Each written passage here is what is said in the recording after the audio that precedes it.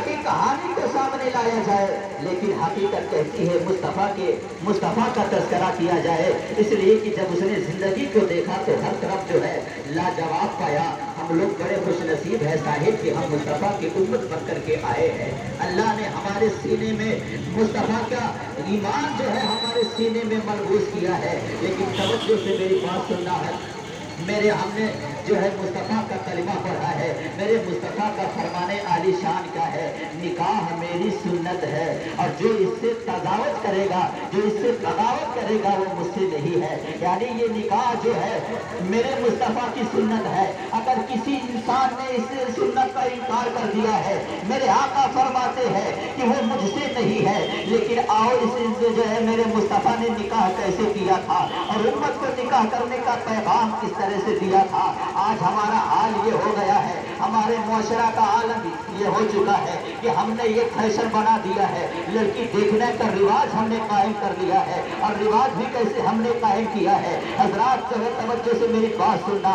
आज हमारे यहाँ माहौल ये बन चुका है, हम किसी बेटी को देखने के लिए जाया करते हैं तो पहले तो उसे फोन करके बता दिया जाता है कि हम तुम्हारे यहाँ देखने आ रहे हैं। जैसे ही उसके घर पे पहुंचे हैं, अच्छा देखने का आलम ये है कि किसी एक दो लोग नहीं जा रहे हैं, बल्कि दो दो तीन तीन गाड़ियां भर के जा रहे हैं। और सारे जगहों पर मैंने जायजा लिया है। जब मैंने तकरीर के गरज से कहीं पर गया है तो मुझे मालूम ये हुआ है कि बल्कि चार चार पांच पांच गाड़ियां लोग सिर्फ लड़की को देखने के लिए जाया करते हैं। मुझे बता तो सही, ये लड़की देखने का चेकर तुझे कहाँ से मिल गया, ये हदीस तुम्हें कहाँ से मिल गई। मुस्तफ़ा फरमाते हैं लड़की इस तरीके से देखा जाए ताकि लड़की को खबर ना होने पाए कि मुझे कौन देखने आया था। ये इस तरीके का अंदाज होना चाहिए। लेकिन हमारे यहाँ माहौल ये बन चुका है, हमने लड़की को देखने के लिए पहुंचे हैं।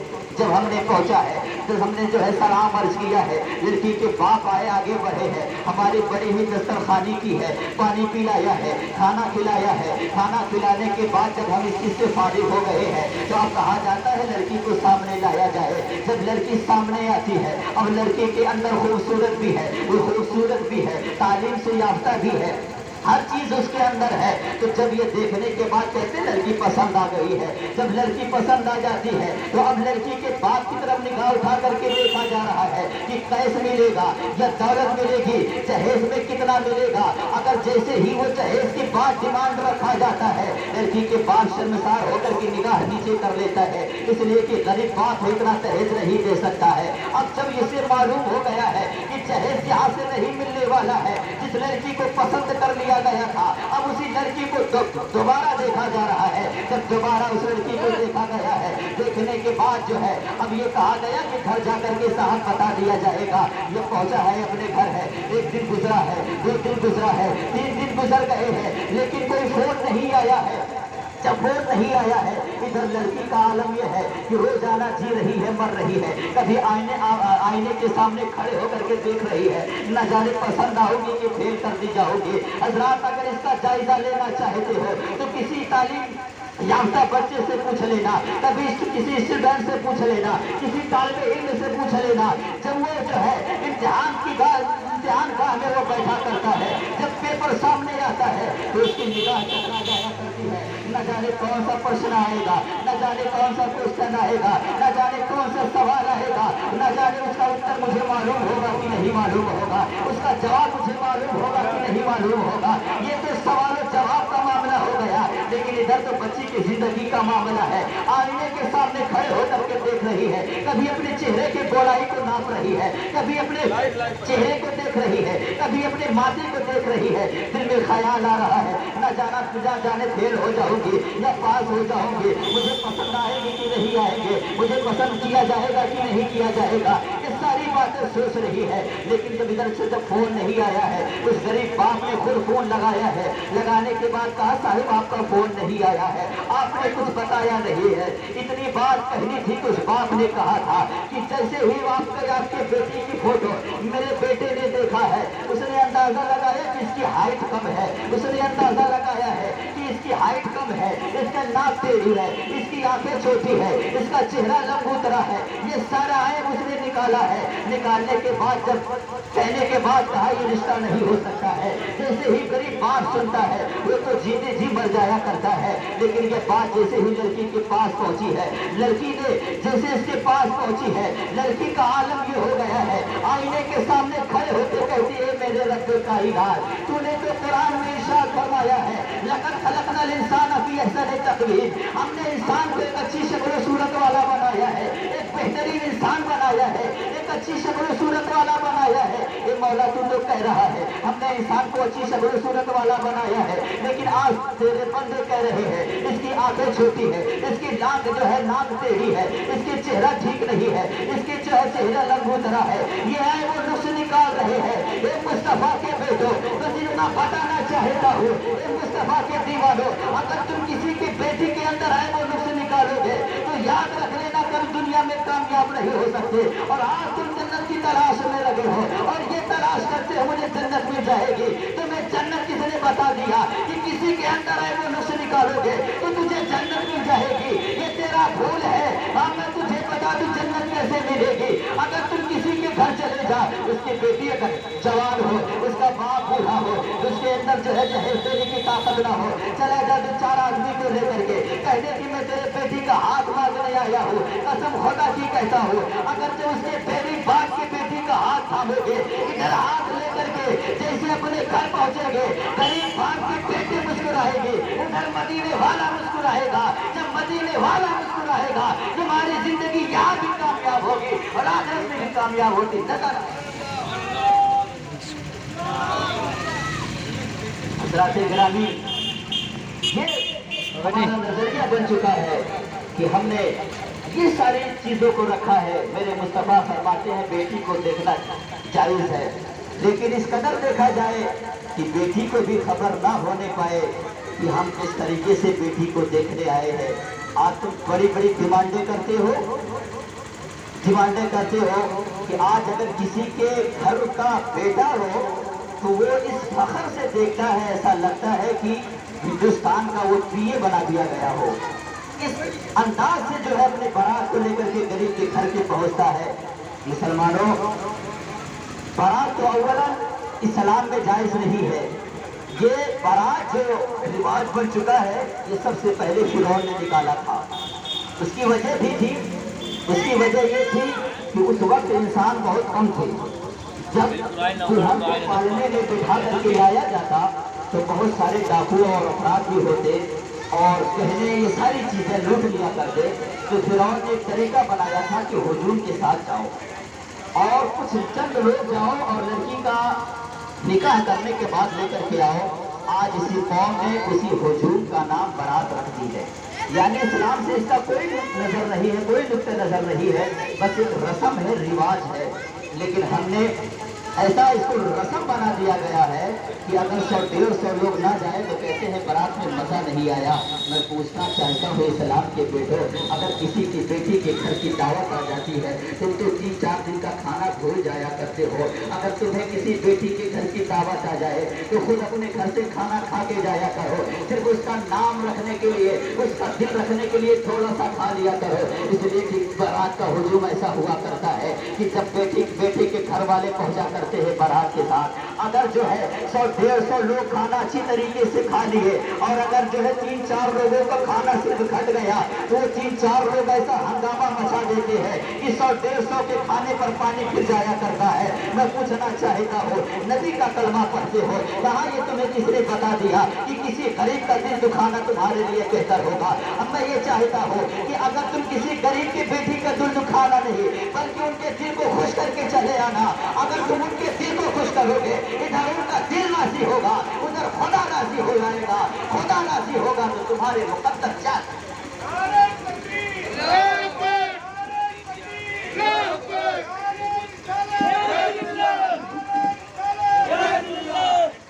तुम्हें क्या मालूम, जब किसी बाप के घर में कोई बेटी पैदा होती है तो वो बाप जो पहलवानी करने के लिए घी खाया करता था, ताकत की चीजें खाया करता था, लेकिन जिस घर में बेटी पैदा हुई ना उसी दिन से वो बाप की खाना छोड़ दिया, उसी दिन से वो जो है बेहतरीन ग़िज़ाएं खाना छोड़ दिया है, अच्छे कपड़े पहनना छोड़ दिया है। बीवी कहती मेरे सरताज क्या मामला है, तू तो जब जो है घी भी खाया करता था, ताकत की चीजें भी खाया करता था, अच्छे अच्छे चीज कपड़े पहना करता था, लेकिन अब तेरा माहौल कैसा हो गया है, आखिर बता तो आखिर बताओ तो सही, आजकल क्यों घी खाना छोड़ दिए हो, क्यों ताकत की चीजें खाना छोड़ दिए हो, अच्छा उमदा लिबास पहनना क्यों छोड़ दिए हो। उस गरीब बाप कहता है मैंने अंदाजा लगाया है कि खाने से ताकत नहीं आएगी, ताकत की चीजें खाने से पहलवानी नहीं आएगी, मैं इसलिए खाया करता था ताकि मेरे जिस्म में ताकत बनी रहे, ताकि मैं दुनिया की नजर में पहलवान कहलाया जाऊं। लेकिन जिस दिन से घर में बेटी पैदा हुई है उस दिन से मैंने समझ लिया है कि घी खाने से ताकत नहीं आएगी, अच्छा खाना खाने से ताकत नहीं आएगी, उम्दा लिबास पहनाने से सिर्फ इंसान नहीं पहचाना जाऊंगा। लेकिन जिस दिन से मैं अपने बेटी जब बड़ी हो जाएगी उसको अच्छे घरे रिश्ता कर दूंगा, मेरी बेटी जिस दिन से दुल्हन बनकर अपने घर जाएगी उसी दिन से मैं समझ लूंगा मैं दुनिया का सबसे अच्छा इंसान हूँ, दुनिया का सबसे बेहतरीन बाप, उसी दिन से वो समझ लेगा। हजरात गिरामी, लेकिन हमने इसका नाजायज फायदा उठाया है। और जरा देखें तो सही आज हमारे घर का मामला क्यों इतना तब्दील होता जा रहा है। हर घर का मामला ये बन चुका है, बीवी शौहर से खुश नहीं है, शौहर बीवी से खुश नहीं है, वो जो है सास अपने बहू से खुश नहीं है। ये सारे मामला टूटते जा रहे हैं। आखिर ये रस्म और रिवाज खत्म क्यों नहीं हो रहा है? इसकी वजह यही है साहिब कि आज हमने अपने बेटी को जब विदा करते हैं तो हमने ये भूल गए कि मुस्तफ़ा ने हमें तालीम क्या दिया था, ये तालीम हमने देना भूल गया है। हम जब किसी बहू को अपने घर लाया करते हैं, मेरे मुस्तफ़ा ने अपने अज़वाज को किस तरीके से रखा है, हमने उस तरीके को हमने भुला दिया है। यही वजह है कि जब हमने तरीके मुस्तफ़ा को छोड़ दिया है उसी दिन से हमारे घर में बर्बादी होती चली आ रही है। आज जब निगाह उठा करके देखा जाए किसी तहसील में या किसी अदालत में आप जाकर के अंदाजा लगाए, जितने जो है तलाक के मामले ये मुसलमान से पहुंचा करते हैं, किसी और के लोगों को नहीं पहुंचा करते हैं।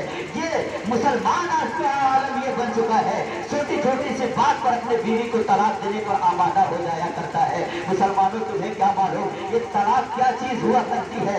मेरे आका फरमाते हैं कि गुनाह कबीरा है, ये सबसे बड़ा गुनाह है, ये सबसे बड़ा गुनाहों में सबसे बड़ा गुनाह ये है कि कोई शौहर अपने बीवी को तलाक दे, ये सबसे बड़ा गुनाह हुआ करता है। ये तलाक इतनी जो है नाजुक चीज हुआ करती है, जैसे 3 मरतबा कबीलों से निकाह हो जाया करता है, ऐसे ही 3 मरतबा तलाक करने से तलाक भी हो जाया करता है। अब इस पे ये कैद नहीं लगाया गया है, चाहे वो नशे की हालत में हो, चाहे वो मजाक की हालत में हो, चाहे वो जैसा भी हो। मिसाल के तौर पर एक शीशी रखा हो और उस शीशी को आप जानबूझकर ढीला मार रहे हो, टिक्का मार रहे हो या ऐसे ही मार रहे हो, अगर वो शीशी में वो कंकर लगेगा तो शीशी फूट जाएगी।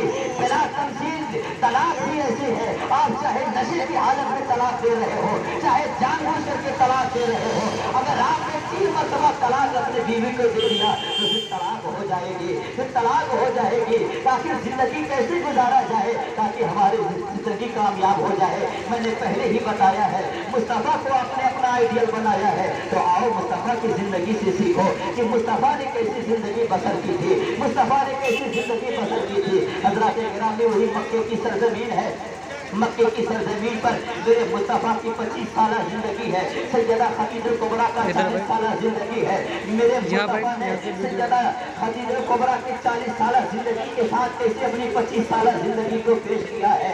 जब आपने शौहर बनकर बीवी के साथ जिंदगी पेश की है तो वही मक्के की सारी बीवियां अपने शौहरों को ताना देना शुरू कर दी है कि ऐसे जिंदगी गुजारो जैसे मोहम्मद अपने बीवी के साथ जिंदगी गुजारते हैं, ऐसे जिंदगी गुजारो जैसे मोहम्मद खदीजा के साथ जिंदगी गुजार रहे हैं। वो कैसी जिंदगी थी। हजरत गिरामी सैयदा खदीजा कुबरा का शान ये था कि मक्के के सबसे रईस मानी जाती थी, सबसे ज्यादा अगर अमीरों में कोई अमीर था तो सैयदा खदीजा कुबरा था।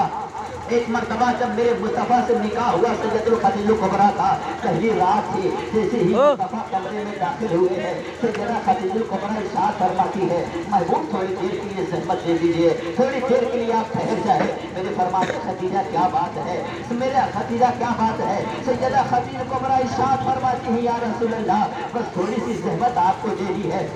थोड़ी सी जहमत देनी है। इतना कहना था कि मुस्तफ़ा ठहर गए हैं। सैयदा खदीजा कुबरा अपने जो है तकिए से कुछ जो है सीके निकालती है, वो अशरफिया निकालती है और अशरफिया निकालने के बाद ले जाकर के मुस्तफ़ा के कदमों पर रखती है। कहती है या रसूल अल्लाह कि आज का थोड़ी सी नेमत है, आप इसे कबूल फरमा ले। इतना कहना था।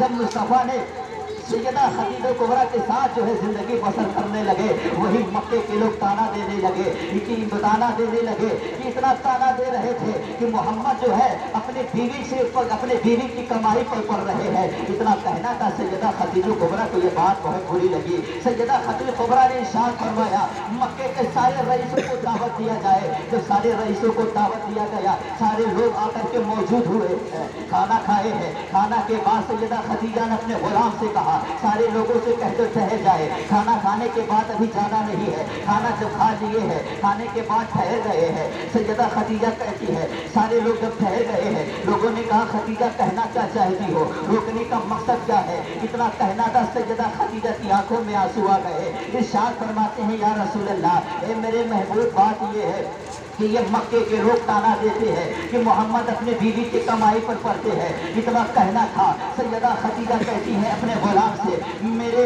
जो है जितने घर में सोना जवाहरात जो भी रखा है लेकर के आया जाए।